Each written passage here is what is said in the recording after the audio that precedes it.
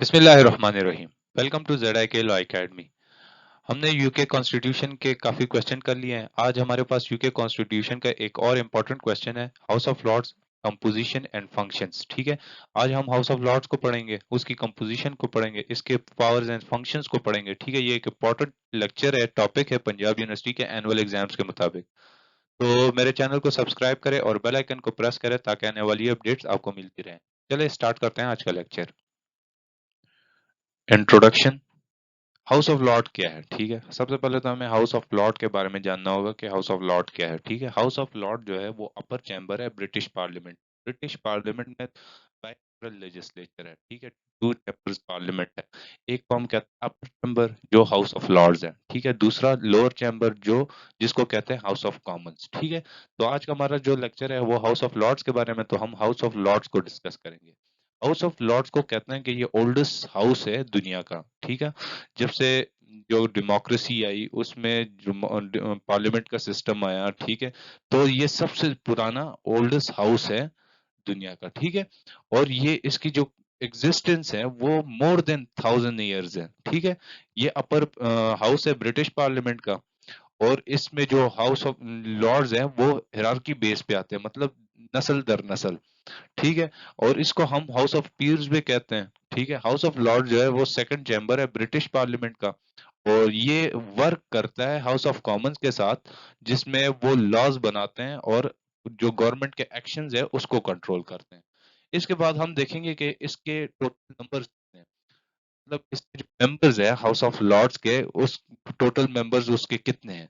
ठीक है, House of Lord's के जो मेंबर्स है वो फिक्स नहीं होते हैं, वो वेरी करते हैं टाइम टू टाइम। वो कभी ज्यादा होते हैं, कभी कम होते हैं। ठीक है, और इनकी जो सिलेक्शन होती है वो क्वीन करती है।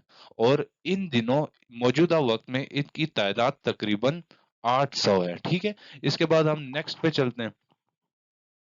नेक्स्ट हम देखेंगे कि हाउस ऑफ लॉर्ड्स का नेचर क्या है। ठीक है, हाउस ऑफ लॉर्ड को कंजर्वेटिव चैम्बर भी कहते हैं, कदामत पसंद। ठीक है, ये कॉमनली डिस्क्राइब करता है as a hereditary chamber. Hereditary का क्या मतलब है, या हेरिडेटरी का क्या मतलब है कि कोई भी स्टेटस, कोई भी प्रॉपर्टी अगर बाप से नस्ल दर नस्ल जा रही हो तो उसको हेरिडेटरी कहा जाता है। ठीक है, तो जो हेरिडेटरी चैम्बर इसको इस वजह से कहते हैं, जो इसके मेंबर्स होते हैं हाउस ऑफ लॉर्ड्स जो होते हैं, लॉर्ड्स के बच्चे भी लॉर्ड्स बनते हैं, उसके मेंबर्स बनते हैं हाउस ऑफ लॉर्ड्स के। ठीक है, मगर असलियत में ये नहीं है, ये पार्शली हेरिडेटरी है और पार्शली डेमोक्रेटिक इन कंपोजिशन है। ठीक है, क्योंकि हेरिडेटरी और लाइफ जो लाइफ पीयर होते हैं, जैसे कि लाइफ पीयर वो जो स्पेसिफिक पोस्ट से उठा के क्वीन उसको उसको हाउस ऑफ लॉर्ड्स में लॉर्ड्स बना देती है। ठीक है, वो सिर्फ अपने ही हद तक, अपने मरने तक वो लॉर्ड्स बने होते हैं, उनका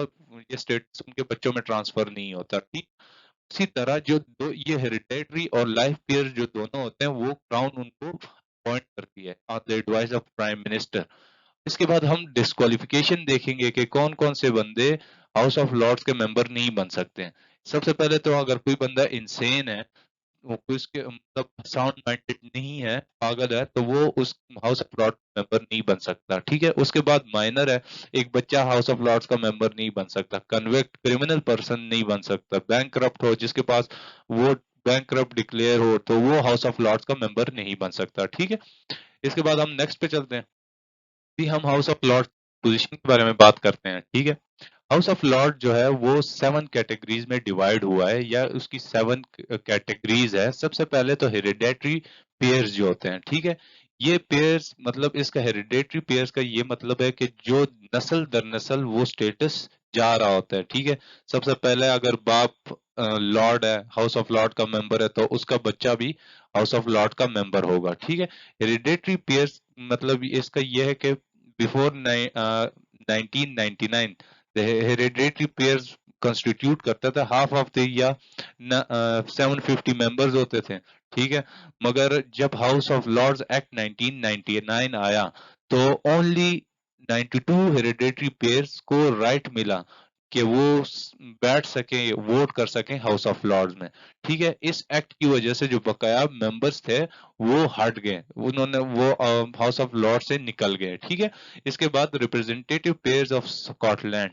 ठीक है, जब ट्रीटी ऑफ यूनियन हुई 1701 में, ठीक है। तो जो स्कॉटलैंड था उन्होंने 16 मेंबर्स को रिप्रेजेंट किया, रिप्रेजेंटेटिव पेयर्स बना के हाउस ऑफ लॉर्ड्स में भेजा, ठीक है। इनको स्कॉटलैंड स्कॉटिश पार्लियामेंट ने इलेक्ट किया था कि ताकि वो बैठ सके हाउस ऑफ लॉर्ड्स में, ठीक है।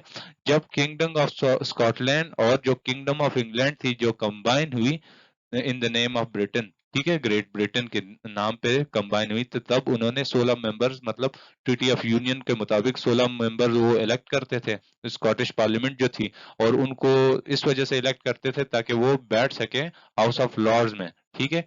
उसके बाद आ जाता है representative pairs of Ireland Ireland, ठीक है। ये था कि रिप्रेजेंट जो आयरलैंड था वो जब कंबाइन हुआ इंग्लैंड के साथ, 28 मेंबर्स आयरिश पेयर्स इलेक्ट होते थे, ठीक है। वो मतलब ताकि वो जो हाउस ऑफ लॉर्ड्स है उस पर बैठ सके, ठीक है। जब 1922 के बाद जब आयरलैंड ने खुद को सेपरेट फ्री स्टेट डिक्लेयर कर दिया, तो उसके बाद नो जो नए पेयर्स जो आयरिश पेयर्स थे वो नहीं इलेक्ट होते थे, ठीक है।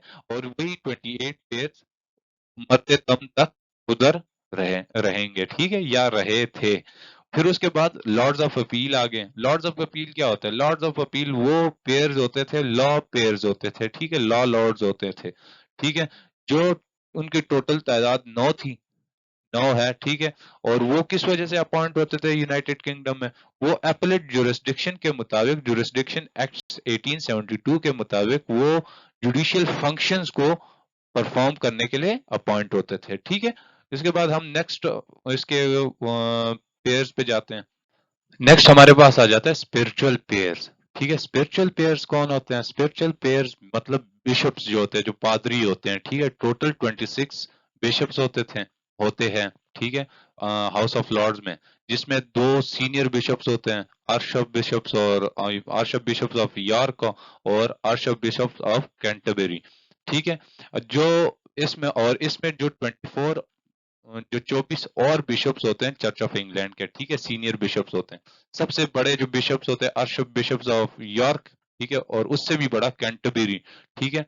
ये दोनों बड़े बिशप्स होते हैं, बड़े पादरी होते हैं, और जो इससे जूनियर है मतलब, और मतलब house of church of England में सीनियर जो 24 और बिशप्स होते हैं, ठीक है। फिर उसके बाद प्रिंस ऑफ रॉयल ब्लड, जो मेल एडल्ट मेंबर्स होते हैं रॉयल फैमिली के, ठीक है, जो मेच्योरिटी एज उन्होंने कर ली होती है, तो वो मेंबर्स होते हैं हाउस ऑफ लॉर्ड के बनते हैं, उनमें सीनियर जो होते हैं। लाइफ पेयर्स जो होते हैं, ठीक है, लाइफ पेयर्स वो मेंबर्स होते हैं जो क्रिएट होते हैं under the provision of the life peerage act, ठीक है, 1958। लाइफ पेयर जो होते हैं वो अपना जो टाइटल है, अपना स्टेटस है, अपने बच्चों में पास नहीं कर सकता, ठीक है। ये अपॉइंट होते हैं, क्वीन इसको अपॉइंट करती है, ठीक है।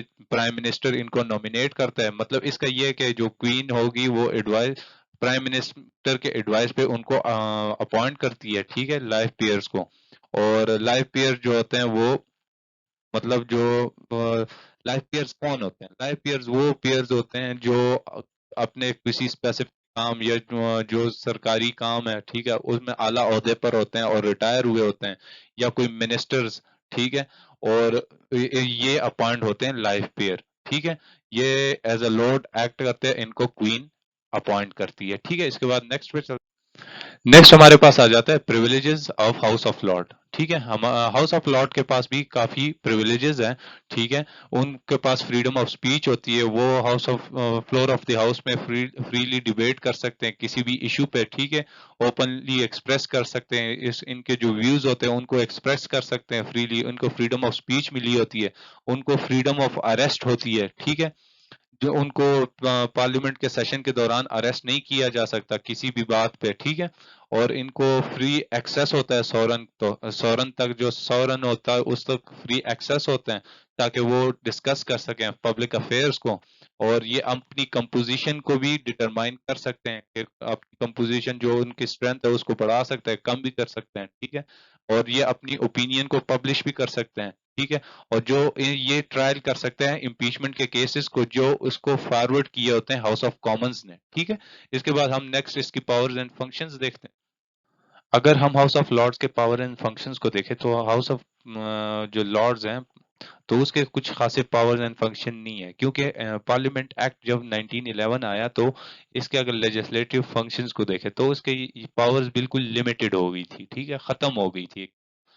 हम एज अपनी बिल उसको देखें, ठीक है, तो पार्लियामेंट के जो हाउस ऑफ लॉर्ड्स हैं, ठीक है, वो किसी कोई भी बिल अगर हाउस ऑफ कॉमन ने बनाया है और वो हाउस ऑफ लॉर्ड्स में चला जाता है, ठीक है, मनी बिल्स के मुताबिक, तो वो उसको 1 महीने से ज्यादा उसको नहीं रोक सकता, ठीक है, हाउस ऑफ लॉर्ड्स उसको 1 महीने से ज्यादा नहीं रोक सकता। अगर रोकेगा तो वो डायरेक्टली किंग के पास चला जाएगा, हाँ, वो बिल, मनी बिल जो होगा, और जब उसको असेंट मिल जाएगी क्वीन या किंग या क्राउन की, ठीक है, तो वो उसको लॉ का दर्जा हासिल कर देगा, ठीक है, तो वो बिल पास हो जाएगा।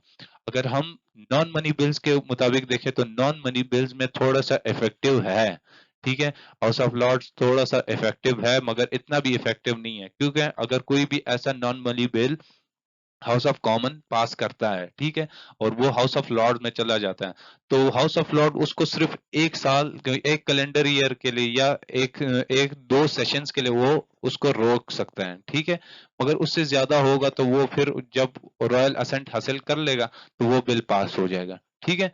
फिर उसके बाद एग्जेक्टिव पावर्स को देखें, ठीक है, इसके पास सर्टेन एग्जेक्टिव पावर्स है कि वो क्वेश्चंस कर सकता है, गवर्नमेंट से क्वेश्चन कर सकता है किसी भी राइट डिबेट या इसकी पॉलिसीज के बारे में, मगर सिर्फ ये हाउस ऑफ लॉर्ड जो होगा वो सिर्फ क्रॉस क्रॉस एग्जामिनेशन करेगा, क्रॉस एग्जामिन करेगा कैबिनेट के मिनिस्टर्स को।